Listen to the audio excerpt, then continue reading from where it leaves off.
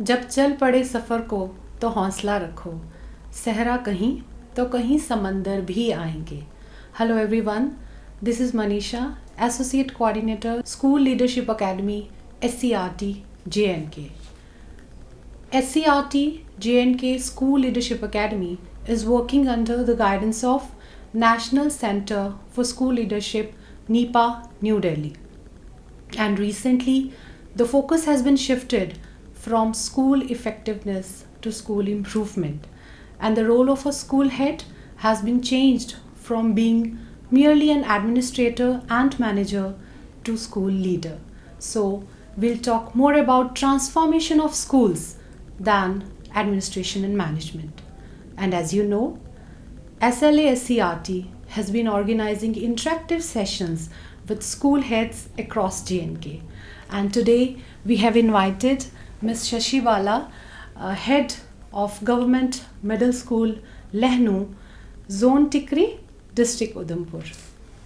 Ma'am बहुत बहुत स्वागत है आपका इस सेशन में. Thank you ma'am.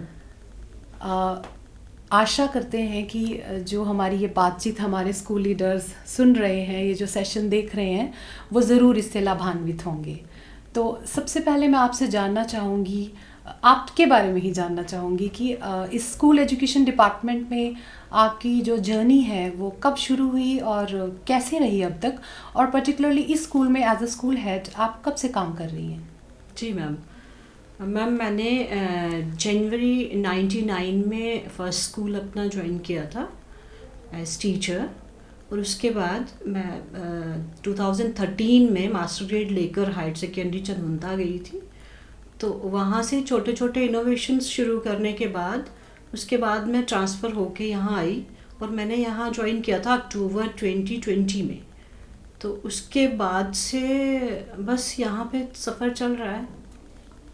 मैम बच्चे हमारे जो हैं ये मोस्टली माइग्रेटेड फैमिलीज़ हैं फ्रॉम डिस्ट्रिक्ट डोडा, जो मिलिटेंसी अफेक्टेड लोग थे.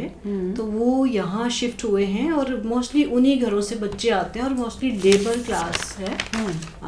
बहुत वेल ऑफ बच्चे नहीं हैं. अच्छी मतलब पॉवर्टी वाले कह सकते हैं हम लोग. जी. तो मैम कहते हैं कि जहाँ स्ट्रेंथ्स हैं वहाँ चैलेंजेस भी रहते हैं. जी. तो एक मिडिल स्कूल का हेड होना अपने आप में ही एक चुनौती है. जी. तो कौन कौन सी चुनौतियों का सामना आपको करना पड़ा इस स्कूल में? मैम जब मैंने ज्वाइन किया था तो आते ही देखा था कि स्कूल की बाउंड्री वॉल नहीं थी, गेट नहीं था, ओपन बिल्कुल था, ये उबड़ खाबड़ ग्राउंड थी, और बिल्कुल स्कूल के अंदर एक बिजली का ट्रांसफार्मर लगा हुआ था. कोविड का टाइम था, लॉकडाउन लगा हुआ था, बच्चे स्कूल नहीं आ रहे थे. तो ये 3-4 चीज़ें थी जिनको लगा कि ये ठीक हो जानी चाहिए. तो सबसे बड़ा जो चैलेंज था वो लर्निंग क्राइसिस ही था ड्यू टू कोविड. तो सबसे पहले तो उस पर ध्यान देने की ज़रूरत थी. तो ये मेन चैलेंजेस थे, मेन लर्निंग क्राइसिस ही था. मैम जैसे आपने बताया बाउंड्री वॉल नहीं थी स्कूल में, तो एक बाउंड्री वॉल का ना होना और स्कूल के बीचों बीच ट्रांसफार्मर का होना, ये तो एक बहुत बड़ा स्कूल सेफ्टी के लिए, बच्चों की सेफ्टी के लिए एक बहुत बड़ा रिस्क फैक्टर था.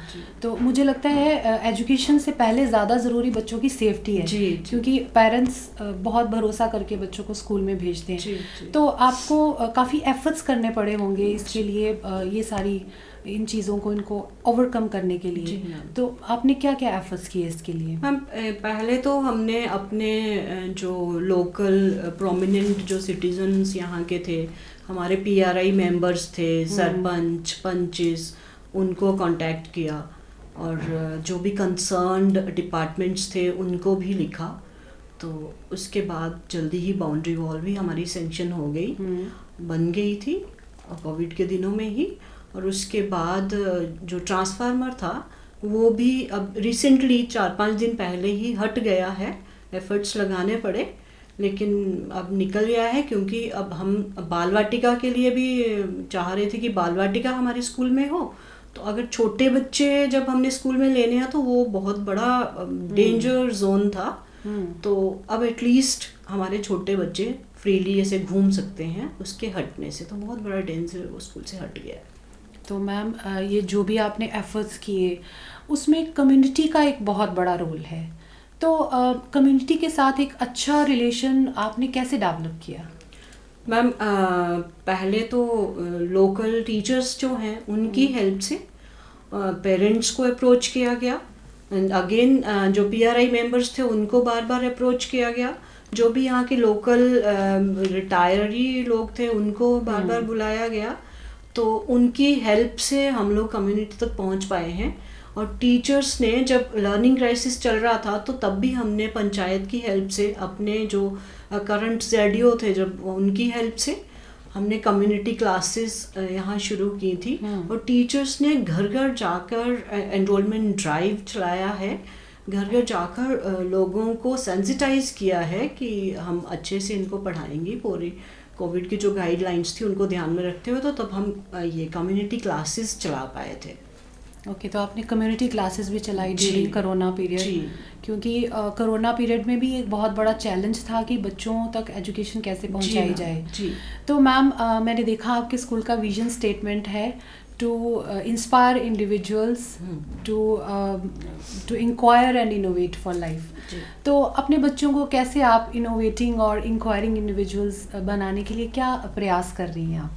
मैम ये इसकी भी जर्नी वहीं से शुरू हुई थी। विजन स्टेटमेंट तो लिख दिया था, लेकिन अब उस पे खरे उतरना था। जी, मिशन रहता है। जी। विजन के लिए हमें एक मिशन स्टेटमेंट भी बनाना पड़ता है कि हाउ टू अचीव दैट। जी, तो मैम उसकी शुरुआत कम्युनिटी क्लासेस चल रही थी, उसके साथ ही हमने फेस लिफ्टिंग का काम शुरू कर दिया कि जितनी बिल्डिंग हमारी प्रिंट रिच हो पाएगी तो बच्चे अपने आप इंक्वायरी शुरू कर देते हैं। तो उसके बाद हमने यहाँ, हमारे पास ना लोहे के बेंचेस पड़े हुए थे जिनको रस्ट लग रहा था, तो प्लान किया क्यों ना इनको हम कन्वर्ट कर दें इनटू टीचिंग लर्निंग मटेरियल। तो हमने उन बेंचेस को पेंट करके और उस पे किसी पे पजल्स, किसी पे राइमिंग वर्ड्स, किसी पे कोई वर्ड बिल्डिंग करके तो उनको हमने उसमें कन्वर्ट कर दिया, और बच्चे आते जाते अब उस पे नज़र मारते हैं। दीवारों पे कोशिश की कुछ भी जनरल चीज़ें दीवारों पे आ जाएं, तो वो किया। बच्चों को फिर हमने FLN किट्स बनवा के दिए।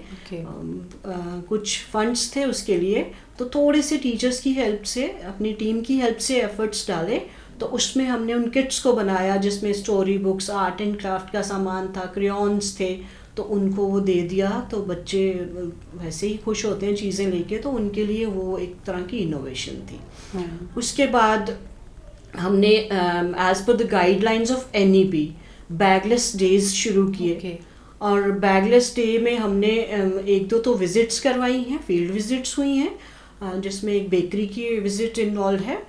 देन हमने पोर्टफोलियो बैग्स हर एक बच्चे के लिए बनाए हुए हैं, जबकि वो सिर्फ प्री प्राइमरी के लिए थे, लेकिन हमने हर एक बच्चे के लिए बना लिया। तो उसमें हमने क्या किया, उनको जो भी वो एक्टिविटी करते हैं आर्ट एंड क्राफ्ट की, तो वो एज एविडेंस उनके पोर्टफोलियो बैग में चला जाता है। फिर एक हमारा किंडरगार्टन वाला जो रूम जब नहीं था, तो एक और रूम में हमने स्क्रिबलिंग वॉल पूरी बना दी, तो वो उसमें एमरजेंट राइटिंग में उनको हेल्प कर रही थी। तो इस तरह से FLN को हमने धीरे धीरे अचीव करना शुरू कर दिया। और जब कम्युनिटी क्लासेस हमने शुरू की थी मैम, और उसके बाद रेगुलर क्लास वर्क जब शुरू हुआ, तो हमने अपना वो एक FLN का पीरियड रेगुलर तब से हमारा चलता आ रहा है टिल डेट। हम वो आधे घंटे का पीरियड रोज़ लगवा रहे हैं जिसमें मैथमेटिक्स एंड लैंग्वेज को कवर किया जाता है। तो वो आधा घंटा हम रोज़ दे रहे हैं बच्चों को, तो वो अभी हमने बंद नहीं किया, वो चल रहा है। जी। आपने FLN की बात की, तो इसके लिए क्या पेडागोजीज आप यूज़ कर रही हैं बच्चों को फाउंडेशनल लिटरेसी और न्यूमरेसी के लिए? जी मैम, जब बाल वाटिका हमारा सेंक्शन हो गया तो फिर एनरोलमेंट के लिए पेरेंट्स को थोड़ा सा मोटिवेट करना पड़ा। अभी 6-7 बच्चे हम ला पाए हैं, नेक्स्ट सेशन हम कोशिश करेंगे और आएंगे। तो उसमें हमने मेन अप्रोच तो हमारी थीम बेस्ड ही है, लेकिन हमने बाकी अप्रोचेस को भी इंटीग्रेट किया है। जैसे स्टोरी टेलिंग सेशन तो परमानेंट फीचर बन चुका है, और उसके साथ ही प्रोजेक्ट बेस्ड अप्रोच में मैम एक्टिविटीज़ बच्चे जिसमें उनका फिजिकल डेवलपमेंट भी हो जाता है और कोई ना कोई एक्टिविटी भी बच्चे कर लेते हैं, वो डाल दिया हुआ है।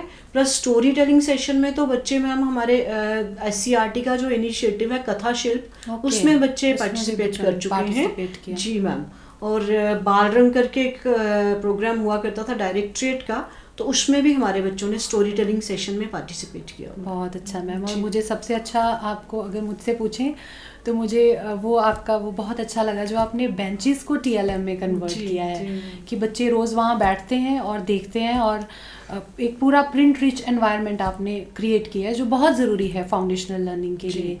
तो इसके अलावा कुछ जो आप अप्रोचेस यूज़ कर रही हैं, जैसे इनोवेशन की बात की हमने, कुछ क्या कैसे आप बच्चों को इनोवेटिव अप्रोचेस, जो बच्चों को कैसे आप प्रेरित करती हैं? मैम जिसमें जब SCRT का ही एक इनिशिएटिव था टाइकाथॉन, तो तब 6 to 8 सारे बच्चों को उस पर रजिस्टर किया गया था। तो स्कूल लेवल में जब हमने वो कंपटीशन करवाया तो हर एक बच्चे ने टाइकाथॉन में पार्टिसिपेट किया था, और उसके बाद डिस्ट्रिक्ट लेवल में बच्चा उसमें पार्टिसिपेट कर चुका है। Okay. And again inspire award का जो रहता है, तो उसमें हमारे स्कूल की ही एक बच्ची ने डिवीजन लेवल तक उसने पार्टिसिपेट किया था। तो उस तरह से फिर वो बाकी भी मोटिवेटेड रहते हैं कि कंपटीशन सा आ गया है कि अब मुझे भी पार्टिसिपेट करना है, मुझे भी करना है, तो उस तरह से बच्चे मोटिवेटेड हैं। और एक और शुरू में था जब मैं यहाँ आई थी, तो बच्चों का ना थोड़ा शिकायती लहजा था, शिकायतें लेके आ रहे हैं बार बार, उसने मारा, ये किया। कई बार पेरेंट्स के कॉल्स आ जाते थे मैम, कभी रात को कॉल आ जाएगी, मेरे बच्चे को उसने मारा है। तो धीरे धीरे मुझे लगा डांटना तो सोल्यूशन नहीं है, पनिशमेंट तो नहीं देंगे, तो मैंने एक छोटा सा एक बिहेवियर ट्रैकर लगा दिया जिसमें सारे बच्चों के नाम लिख दिए और बच्चों को एक चैलेंज दे दिया कि स्कूल की पूरी टीम आपको वॉच कर रही है। तो अगर आपका बिहेवियर देखते हैं कि अगर आप शिकायतें कम कर देते हो तो आपको ना स्टार्स मिलेंगे। तो टाइम के साथ ये हुआ कि बच्चे इतने इन्वॉल्व हो गए उसमें, मुझे तो लगा कि इतना इफ़ेक्टिव नहीं होने वाला, लेकिन बच्चों ने इतना इंटरेस्ट लिया, इतना अपने बिहेवियर को चेंज किया कि वो हर चीज़ में कहते थे कि मैम, वो कुछ भी अच्छा भी करके आते तो बताते थे मैम ये मैंने किया है तो मुझे स्टार दे दो प्लीज़। तो वो एक छोटा सा स्टार जो बिल्कुल नो कॉस्ट चीज़ थी मेरे लिए, उसने बच्चों के बिहेवियर को टोटली चेंज कर दिया है। शिकायतें खत्म हैं, बिल्कुल चेंज्ड हैं। अब पेरेंट्स मानते हैं इस चीज़ को कि बच्चे हमारे, मतलब आपने इसका इम्पैक्ट भी बच्चों के ऊपर देखा। बिल्कुल मैम, बहुत बहुत इफेक्टिव था ये। तो मैम ये इस सिर्फ हम बिहेवियर के लिए कुछ ट्रैकर लगा सकते हैं, कुछ और चीज़ों के लिए हम इसको कर सकते हैं? जहाँ आपको लगता है कि कोई वीक पॉइंट है, तो अगर आपको पॉजिटिव रहना है, एटीट्यूड आपका पॉजिटिव ही रहना चाहिए, तो पॉजिटिव ट्रैकिंग जो है आप कहीं भी कर सकते हैं। अगर रीडिंग में करवाना चाहते हैं, रीडिंग में आप उनको चैलेंजेस दे देते हो तो आप उसके लिए रीडिंग के लिए ट्रैक कर लो। अगर बच्चे रेगुलर नहीं हैं, पंक्चुअल नहीं हैं, उसके लिए ट्रैक कर लो। पंक्चुअलिटी में आप उनको ट्रैक कर सकते हो, क्योंकि मैं अपने पिछले स्कूल में उनको रेगुलरिटी के लिए ट्रैक करके आई थी। वहाँ रेगुलरिटी की प्रॉब्लम, एब्सेंटिज्म बहुत था मैम। पंक्चुअल तो बच्चे नहीं हो सकते थे, बहुत दूर दूर से आते हैं, तो कभी कभार होता था लेट हो जाते थे, बट रेगुलर तो उनको कर सकते थे। तो वो 100% रेगुलर हो गए थे उस ट्रैकर की वजह से। तो ट्रैकिंग किसी भी फील्ड में हम कर सकते हैं जहां हमें मुश्किल लगेगी, जहां हमें लगता है कि यहाँ पे जरूरत है जी। तो ये आपका काफी सक्सेसफुल रहा जी मैम, ट्रैकर सिस्टम। ये भी एक नई चीज मैंने देखी जी मैम। तो एक और इस स्कूल की जो स्पेशल वो है कि बच्चे रोल प्लेस में पार्टिसिपेट करते हैं। तो हमारे एक सर हैं, तो वो किसी भी करंट इशू पे जैसे करवाएंगे, तो वो तो मेरे से पहले से ही वो करवा ही रहे थे। तो कोई भी करंट टॉपिक रहता है, सपोज ड्रग अब्यूज़ पे करवाना है, मिलेट्स पे उन्होंने करवाया है, देन स्वीप पे उन्होंने करवाया है। तो वो रोल प्लेस बच्चे बहुत अच्छे से निभा लेते हैं उन चीज़ों को। तो बड़े वालों को देख के छोटे वाले अब उनसे सीख रहे हैं, तो वो एक्टिवली पार्टिसिपेट उसमें कर रहे हैं, तो they are excited to learn. जी मैम, है ना। तो मैम आपने एक थीम बेस्ड टीचिंग की बात की, उसको अगर आप थोड़ा सा एक्सप्लेन करें तो। मैम उसको सेशन के शुरू में ही ना थीम्स को डिवाइड कर लिया जाता है कि जैसे इस मंथ में ये वाला थीम रहेगा, अगर एक कवर हो सकता है तो एक, दो हो सकते हैं तो दो। तो उस तरह से कोशिश करते हैं कि फिर उस पे ही सारे डोमेन्स को कवर करते हुए एक्टिविटीज़ करवाई जाएं। तो पूरी तरह से तो वो, क्योंकि लीनियर टीचिंग में तो वो बच्चे आते नहीं हैं, पर फिर भी कोशिश की जाती है कि कुछ थीम से रिलेटेड ही उनको करवाया जाए। तो उसमें हम फिजिकल डोमेन उनका कवर जी, कर हमारे लेते जो हैं। 5 डोमेन्स जी, हैं, 5 को कवर करने की कोशिश की जाती है, उसी से करते हैं। रिलेटेड कहानी सुना दी जाती है, उसी से रिलेटेड फिजिकल एक्टिविटी, उसी से रिलेटेड हम कॉग्निटिव का कुछ करवा देते हैं, न्यूमरेसी को एस्थेटिक करवा देते हैं या एस्थेटिक में मैम लिटरेसी का। उनका जो भी ड्राइंग्स वगैरह वो बनाते जी। हैं तो हम उनको फिर उसी में बाल वाटिका में डिस्प्ले कर देते हैं उनका, और जी। उनके अलग से हमने पोर्टफोलियोज बनाए हुए हैं, कुछ उसमें रख दो, कुछ डिस्प्ले कर दो, तो बच्चे खुश हो जाते हैं, हम डिस्प्लेड अपना देखते हैं वहाँ। जी, उनको मोटिवेशन मिलती है जी, इससे। जी। तो मैम मेरा अगला सवाल आपसे ये रहेगा कि जैसे आप टीचिंग भी कर रही हैं, जी। आप टीच कर रही हैं, टीचर भी हैं और जी। उसके साथ साथ आप स्कूल हेड भी हैं, जी तो कैसे बैलेंस करती हैं आप इन दोनों रिस्पॉन्सिबिलिटीज़ को, क्योंकि आपके ऊपर डबल रिस्पॉन्सिबिलिटी है, क्योंकि अपने स्टाफ मेंबर्स के साथ एज अ टीचर हमारा रिलेशन डिफरेंट होता है जी। और एज अ स्कूल हेड हमारा रिलेशन डिफरेंट होता है, तो कैसे मैनेज करती हैं आप? मैम, बीइंग हेड इतना बड़ा चैलेंज मेरे लिए नहीं है, ओके। क्योंकि by the grace of God बहुत अच्छी टीम है यहाँ, जो भी टीचर्स हैं एक से बढ़कर एक, सब अच्छे से अपना काम निभा रहे हैं, तो मुझे हेड वाला तो कुछ वैसा नहीं है, तो हम टीम में ही काम करते हैं। जो आइडिया आया तो सब पैशनेट रहते हैं कि इसको इम्प्लीमेंट कर लिया जाए, हाँ ठीक है, अच्छा है, तो हमने धीरे धीरे अपने बड़े सारे रिकॉर्ड सेट किए हैं। हमारा डेड स्टॉक पड़ा हुआ था, बिखरा हुआ, वो हमने अरेंज किया, लाइब्रेरी की बुक्स को हमने अरेंज किया, अब बच्चे अच्छे से वो बुक्स लेके पढ़ रहे हैं, इशू की जा रही हैं उनको। इवन हमने असेंबली को अच्छे से अब अरेंज किया है, टीचर्स के मॉरल लेसन, इवन बच्चे अब मॉरल लेसन धीरे धीरे देना शुरू कर रहे हैं, छोटे बच्चे राइम्स स्टोरीज लेके आ रहे हैं। फिर मिड डे मील का हमने थोड़ा सा अपनी टीम की हेल्प से ही, अकेले तो कुछ नहीं हो सकता, तो कुछ नहीं हो तो सकता। पहले यही रहता था कि बच्चे प्लेट लेके खड़े हो रहे हैं तो लाइन में लेके खाना लेंगे, या वही जूट मैटिंग पे बैठ के खाना खाएंगे, तो हम धीरे धीरे हमने उनका शिफ्ट किया कि बेंचेस पे ही बैठेंगे, और अब मैम बच्चे अच्छे से बिठा के, बड़े बच्चे उनको सर्व करते हैं, बच्चे खाने से पहले भोजन मंत्र बोलते हैं और फिर एक साथ खाना शुरू करते हैं, तो ऐसे देख के अच्छा लगता है कि थोड़ा बहुत चेंज हुआ। जी, और बच्चे जब खुश हों तो उनकी जी। खुशी में ही हमारी खुशी है, अच्छा लगता है उनको हमने उनकी देखकर। इलेक्शन करवा के तो उनको अलग अलग रोल्स दे रखे हैं, तो अलग अलग हेड्स बनाए हुए हैं, school captain, vice captain, then incharge sports का, क्लीनलीनेस का इंचार्ज, मिड डे मील का, असेंबली का इंचार्ज। तो असेंबली का जो इंचार्ज, या 3 हाउस सिस्टम बनाया हुआ है, तो उसमें भी बच्चे एक मॉर्निंग असेंबली का अपना रजिस्टर खुद से मेंटेन करते हैं with the help of house teacher. Self sufficient बन रहे हैं, इंडिपेंडेंट बन रहे हैं। बिल्कुल कोशिश कर रहे हैं जी, क्योंकि अब एज पर एनईपी जैसे रोट मेमोराइजेशन खत्म हो रहा है, जी। तो अब धीरे धीरे वो जो शिफ्ट है वो हो रहा है, शिफ्ट, हाँ। कि आपको अब वैसा नहीं करना है, आपको समझ के चीज़ें करनी है, तो चेंज हो रहे हैं। जी। तो मैम आपने टीम की बात की, एक अच्छी टीम की हेल्प से ही आप ये जो आपकी जो टीचिंग लर्निंग प्रोसेस है उसको ट्रांसफॉर्म कर पा रही जी, हैं। जी। हालांकि आपको भी कुछ लिमिटेड रिसोर्सेज हैं, लिमिटेड रिसोर्सेज के साथ साथ के बावजूद भी आप जो है वो क्वालिटी एजुकेशन अपने बच्चों को दे रही हैं, और क्वालिटी एजुकेशन जो कि नेशनल एजुकेशन पॉलिसी 2020 का विजन भी है। जी। तो अंत में मैम मैं आपसे जानना चाहूँगी कि जो भी चेंजेस आपने स्कूल में लाई है या लाने वाली हैं, उसका मूल मंत्र क्या है? मैम, मूल मंत्र वही है, एक पॉजिटिव वर्ड ही है, positive narration with students, with my team, positive tracking बच्चों की, positive attitude.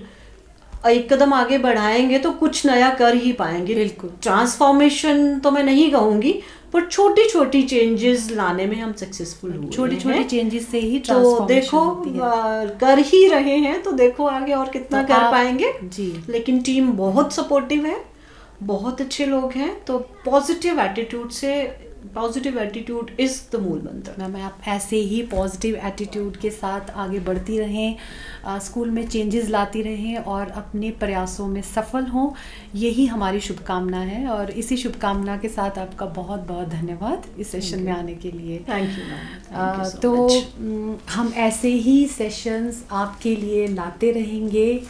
Please visit our social media handles, SLASCRTJK, our official YouTube channel, for more such inspirational videos. और वीडियो को लाइक, कमेंट, शेयर और subscribe करना ना भूलें। और अगर इस सेशन के साथ जुड़े आपके कुछ सवाल हैं या कुछ सजेशंस हैं तो वो आप हमारे कमेंट बॉक्स में या हमारी ऑफिशियल ईमेल आईडी पर भी भेज सकते हैं। धन्यवाद।